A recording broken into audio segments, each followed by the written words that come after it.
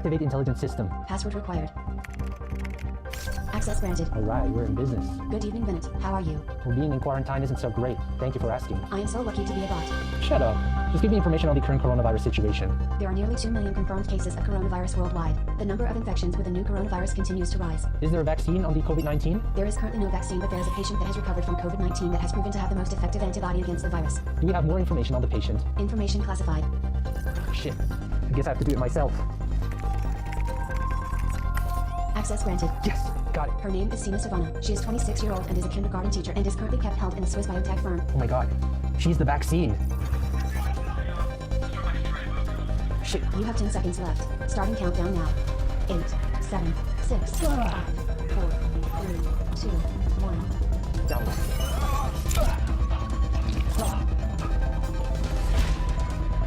We're too late.